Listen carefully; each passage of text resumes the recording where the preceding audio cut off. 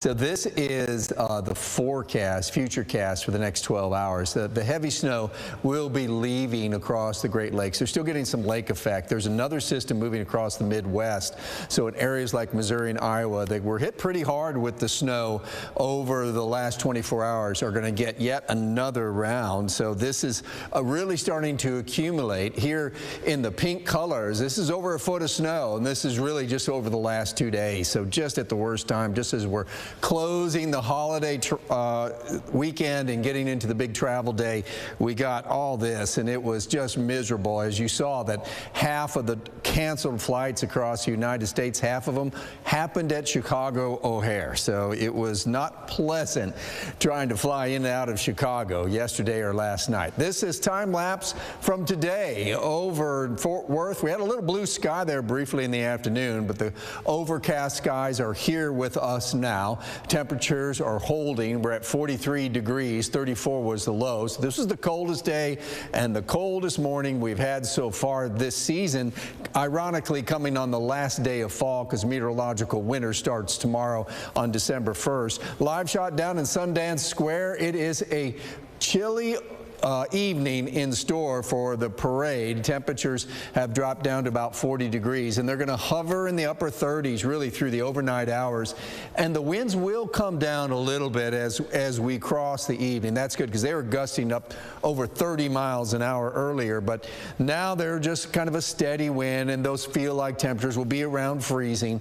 It's going to be another cold day tomorrow. We'll have clouds. We'll have a little bit of light rain around, a cold rain at that. We're forecasting a high on the first day of winter at 42 degrees. It'll be 50 on Tuesday, and that's with sunshine. But the thing about Tuesday, it's going to start at freezing and below, actually below freezing. We're going to have the first freeze of the season on Tuesday morning, because we actually did not get there today. It was 34, as you saw there on the almanac at the airport. So officially, we have not had a freeze at the airport, and normally we're about a week in. I guess this is not going to come up, so let's walk over here. All right.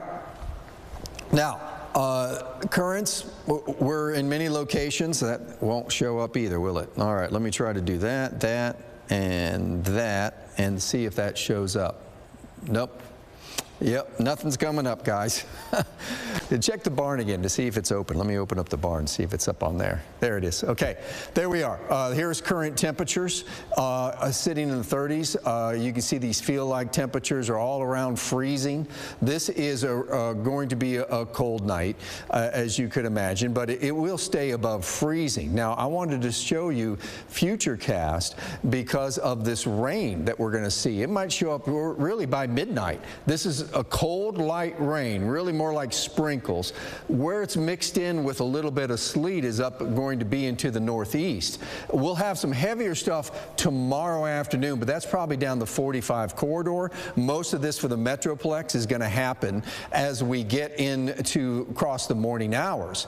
And then as it clears out, we will be seeing temperatures get below freezing. So here is the 7-day forecast, and you can see how we're in only 40s tomorrow and 50s by the time for a high on Tuesday with sunshine. Here's the next rain, and here's the next shot of cold weather. That's a look at the weather. We'll be right back.